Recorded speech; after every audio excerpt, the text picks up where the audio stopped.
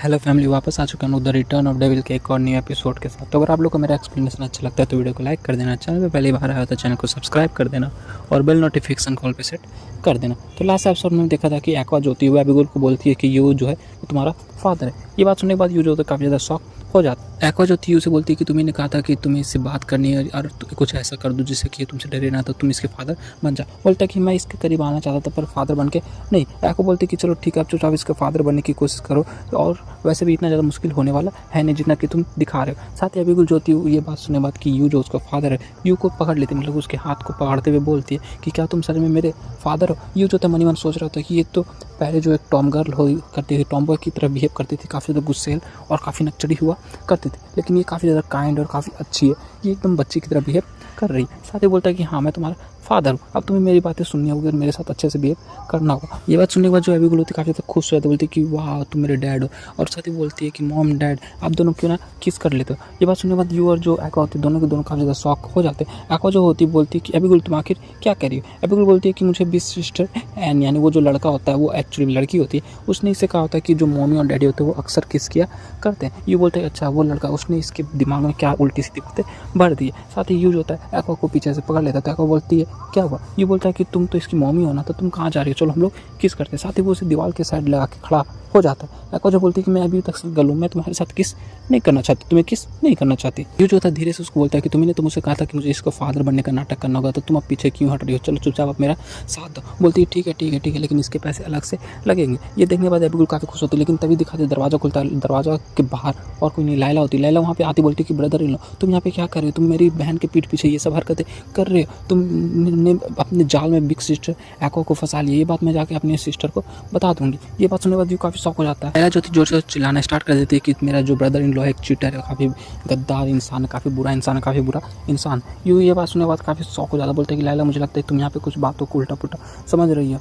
Aqua जो थी you से बोलती है कि अगर ये बात जो है उसको पता चल गया, सीरियस को पता चल गया, तो वो पक्का तुम्हें मार डालेगी, क्योंकि मुझे लगता है वो तुम्हें पसंद करती होगी। साथ ही एक्वा जो होती है एबिगेल को बोलती है चलो अब हम लोग बाहर जाते हैं कुछ खाने के लिए। फिर हमें थोड़ी देर बाद सीन दिखाते हैं, यू जो है वापस सिल्वर कैस्टल के पास पहुंच जाता है। वहाँ पे दिखाते हैं जो सीरियस होती है वो अंदर की तरफ आ रही होती है, और यू उसके बगल से ज़्यादा बोलता है सीरियस क्या तुमसे लैला ने कुछ कहा। वो उसका जवाब कुछ नहीं देती और थोड़े आगे बढ़ने के बाद रुक के बोलती है कि तुम्हें मुझे अपने प्राइवेट अफेयर्स के बारे में बताने की जरूरत नहीं है मिस्टर यू, तुम्हारे जो मन चाहिए वो कर सकते हो, वैसे भी हम लोग एक्चुअल में हस्बैंड वाइफ नहीं है। यू ये बात सुनने के बाद सोच रहा था कि ये सही बोल रही मुझे इसको कुछ भी एक्सप्लेन करने की जरूरत नहीं है, क्योंकि ये मेरी एक्चुअल वाइफ नहीं है, वैसे भी मैंने इसको अभी तक कुछ नहीं बताया, तो चलो ये सब बात को यहीं पे खत्म करते हैं। साथ ही वहाँ पे आगे तक चले जाते हैं और यू वहाँ पे खड़ा होता है और सीरियस होती है। मनी मन सोच लेती है कि ये बंदा यू जो है वो एक्वा के साथ क्या कर रहा था। मुझे तो पहले से विश्वास था, पक्का पता था कि ये जो लड़का है ये एक प्ले बॉय है, मुझे इसके साथ कुछ भी नहीं करना, लेकिन जब मैं इसके बारे में क्या ही सोच नहीं, मेरे पास ऐसा कोई भी राइट नहीं, मुझे इसको ब्लेम करने की कोई जरूरत नहीं, क्योंकि ये मेरा रियल में हस्बैंड नहीं। लेकिन फिर भी ये फीलिंग क्या मुझे इसके साथ, मतलब इसके ये न्यूज़ जो एक्वा के साथ ये कर रहा था वो न्यूज़ सुनने के बाद ज़्यादा गुस्सा क्यों आ रहा है। साथ ही वो गुस्से के साथ वहाँ पे जो किलर होता है उसको पंच करती है और काफ़ी गुस्से के साथ आगे तरफ निकल जाती है। यू जो होता है वहाँ खड़े खड़े घबरा रहा होता है, बोलता है मुझे लगता है ये सब में काफ़ी ज़्यादा गुस्सा हो गई, मुझे लगता है अच्छे से जहाँ से इसको माफ़ी मांगना होगा। हमें साथ ही थोड़े दिनों के बाद का सीन दिखाते हैं जहाँ पे जो वेपन की थी वो डिलीवरी देनी होती है, और जो हेवनली लॉर्ड का जो आदमी होता है, एक बंदा होता है कोई ऑफिसर, वो वहाँ पे आके उन डिलीवरी को लेता है। हेवनली लॉर्ड का खास बंदा एक 4 विंग वॉरियर होता है जिसका नाम सोलार्ड होता है। वो सोलार्ड जो तो वहाँ पे आता है और जो सीरियस होती है बोलती है कि लॉर्ड सोलार्ड आपने जो डिलीवरी मांगा था वो बोल ही रही थी, लेकिन तब तो सोलार्ड जो था बोलता है कि चलो ठीक है सीधा पॉइंट है, हम लोग पहुँचते हैं, क्या ये जो वेपन का हम लोग ने तुमसे मांगा था वो सब रेडी है। बोलते हैं यस, हम लोग ने 1000 luminous long sword, 1000 light swear और 1000 लुकेंट कैनन तैयार करके रखा, आप इन सबको चेक कर सकते हो। साथ ही वहाँ से जो पर्दे होते हैं वेपन के ऊपर से उन सबको हटा देती है और बोलती है कि जितने भी हेवनली स्वॉर्ड स्कूल ने हम लोग से मांगा था वो सब को हमने रेडी कर दिया, आप चेक कर सकते हो। सोलार जो था अपने बंदों सब अपने जो अब यहाँ पे सैनिक होते हैं सोल्जर्स उन सबको बोलता है कि जाके चेक करो, वो लोग बोलते हैं यस सर, और साथ ही सब आगे बढ़ने लगते हैं। और वो सोलार जो था मनी मन सोच रहा था, क्योंकि उसको वो रियंस फैमिली का जो मेम्बर होता है जो कि इन सब इनेमी है सिलेवा फैमिली का, उसने इसको बोला होता है कि अगर तुम हम लोग को सिलेवा फैमिली से अपना बदला लेने जो है हेल्प करोगे तो हम लोग तुमको काफ़ी अच्छा इनाम, काफ़ी अच्छा रिवॉर्ड देंगे। लेकिन तभी एक सोल्जर होता बोलता है कि कैप्टन सोलार्ड, लॉर्ड सोलार्ड, यहाँ पे जितने भी वेपन है वो सब ठीक है। सोलार्ड जो था आगे बढ़ता है और एक हथियार जो था वेपन होता है उसको हाथ में उठाते हुए बोलता है कि तुम स्लेव फैमिली की न्यू हेड हो, है ना, तुम अपने फादर से काफ़ी ज़्यादा स्ट्रॉन्ग लगती हो। लेकिन वो जैसे उसको पकड़ता है और उसको तोड़ देता है, बोलता है कि मुझे लगता है ये मेरे छूने से टूट गया, ये तो काफ़ी ज़्यादा कमज़ोर है, तुम्हारा जो प्रोडक्ट है वो क्वालिटी टेस्ट को पास नहीं कर पाया। वो बोलती है कि इम्पॉसिबल, ऐसा हो ही नहीं सकता, हम लोग ने हर एक वेपन को, एक वेपन को, सिंगल वेपन को टेस्ट किया है और उन सबको एडजस्ट किया है, इनका क्वालिटी एकदम परफेक्ट, आप ऐसा कैसे कर सकते। ये बोलता है कि तुम कुछ भी पॉइंट यहाँ पे बोलो, तुम्हारे यहाँ बात को माना नहीं जाएगा। साथ ही यूज होता है सोलार से बोलता है कि मुझे लगता है तुम यहाँ पे आए हो क्योंकि तुम्हें किसी ना किसी रीजन से स्लेव फैमिली से बदला लेना है और इसके बदले इससा करने के लिए तुम्हें रियून्स फैमिली ने कहा होगा। क्या मैंने सही बोला? सोलार जो था उससे बोलता है कि मैं यहाँ पे अपना ड्यूटी करने के लिए आया हूँ, मुझे वेपन का इंस्पेक्शन के लिए यहाँ पे भेजा गया और चूँकि मैंने तुम्हारे वेपन का जो प्रोडक्ट का क्वालिटी चेक किया वो एकदम बेकार है, इसलिए मैं इन सबको पास नहीं कर सकता और अकॉर्डिंग टू रूल तुम लोग ने हम लोग के साथ धोखाधड़ी करने की कोशिश की है, इसलिए तुम लोग सबको अरेस्ट किया जाएगा। वो अपने सोल्जर को बोलते हैं इन सबको अरेस्ट कर लो। वहाँ पे जितने भी सोल्जर होते हैं यू और जो सीरियस होते हैं उन सब दोनों को घेर के खड़े हो जाते हैं। लेकिन तभी वहाँ पे दिखाते हैं सोलार के ऊपर से एक एयरशिप होता उड़ता हुआ आता है, वहाँ पे लैंड करता है। ये बोलता है कि अब यहाँ पे कौन आ चुका है। साइरस जो होती है वो बताती है ये तो रिसर्च इंस्टीट्यूट का एयरशिप है। रिसर्च इंस्टीट्यूट के एयरशिप के अंदर से एक लेडी जो होती है वो नीचे की तरफ उतरती है।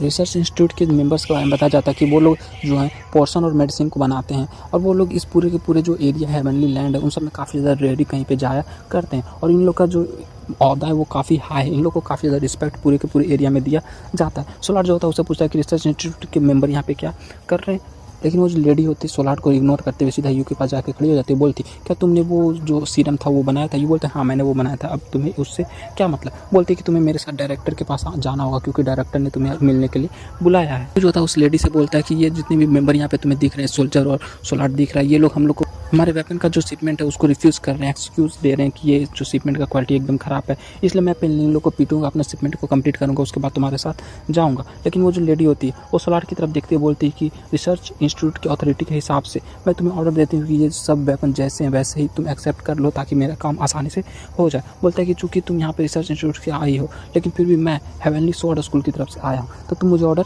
नहीं दे सकती।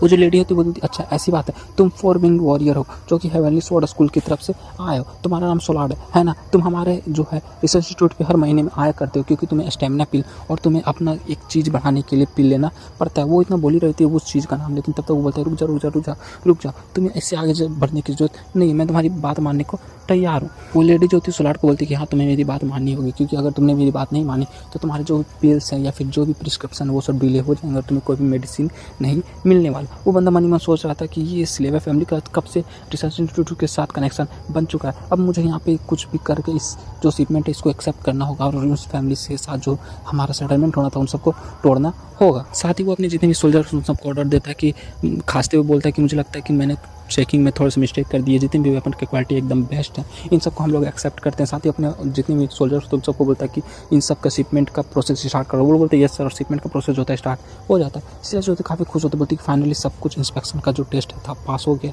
अब हम लोग का शिपमेंट कंप्लीट हो सकता है। साथ ही वो उसकी तरफ यानी उस लेडी की तरफ मुड़ती है और बोलती है आपने हमारी इतनी ज़्यादा मदद की उसके लिए थैंक यू। वो जो होती है सीरियस बोलती है कि मैं रिसर्च इंस्टीट्यूट के डायरेक्टर की असिस्टेंट हूँ, मेरा नाम मिली है। साथ ही वो यू के सामने जा खड़ी होती है, बोलती कि चूँकि तुम्हारा प्रॉब्लम जो मैंने सॉल्व कर दिया तो आप चुपचाप मेरे साथ आ जाओ। सिर्फ बोलती कि मैं ये जान सकती हूँ कि रिसर्च इंस्टीट्यूट जो यू को कहाँ ले जाना चाहते हैं या फिर इससे क्या काम है। बिली जो होती सीधा मना कर देती, बोलती मुझे इसके बारे में कुछ भी नहीं पता, डायरेक्टर ने इसको खुद से बुलाया है, खुद वो इसके साथ कुछ बात करना चाहते हैं। यूँ जो था सीरियस के पास आता, बोलता है कि मैं ज़्यादा चिंता करने की जरूरत नहीं है, इसने हम लोग की इतनी बड़ी मदद की है तो इसलिए मुझे नहीं लगता कि ये मुझे कुछ खतरा पहुंचाना है या हार्म पहुंचाने की कोशिश करेगी। मैं जल्दी जाके जल्दी वापस आ जाऊँगा, तुम्हें मेरे बारे में चिंता करने की जरूरत नहीं है। साथ ही वो लोग फिर से उस एयरशिप पर बैठ के वहाँ से उड़ के निकल जाते हैं। थोड़ी देर बाद यूज होता है उस रिसर्च इंस्टीट्यूट का जो सेंटर होता है वहाँ पर पहुँच जाता है और बोलता है क्या यही तुम्हारा रिसर्च पोर्शन बनाने का सेंटर है? बोलते कि हाँ यही है। साथ ही वो लोग अंदर की तरफ चले जाते हैं और वहाँ पे चारों तरफ पूरा कूड़ा कचरा फेंका होता है। यूँ बोलता है ये तो एक कबाड़ खाना लग रहा है। साथ ही वो जाके और एक कबाड़ के अंदर कुछ ढूंढना स्टार्ट कर देती है और वहाँ पे दिखाते वो ढूंढते ढूंढते बोलती कि डायरेक्टर साहब उठ जाओ, क्योंकि उस कबाड़ के अंदर उसका डायरेक्टर जो होता है बेहोश पड़ा हुआ होता है। ये बोलता है इस कचड़े के अंदर एक इंसान, आखिर ये तुम्हारा डायरेक्टर कैसे हो सकता है? वो डायरेक्टर होता है वहाँ पे आ जाता है, बोलता है मुझे माफ़ करना, मैं गलती से यहाँ पे गिर गया और यहाँ पे फंस गया था, तुमने मुझे यहाँ से निकाल लिया। और उस डायरेक्टर की एंट्री के साथ ये एपिसोड जो है एंड हो जाता है। तो अगर आप लोग को मेरा एक्सप्लेनेशन अच्छा लगा तो प्लीज़ वीडियो को लाइक कर देना, चैनल पर पहली बार आया तो चैनल को सब्सक्राइब कर देना। मिलते हैं नेक्स्ट वीडियो के साथ, तब तक के लिए bye bye, stay happy, spread love.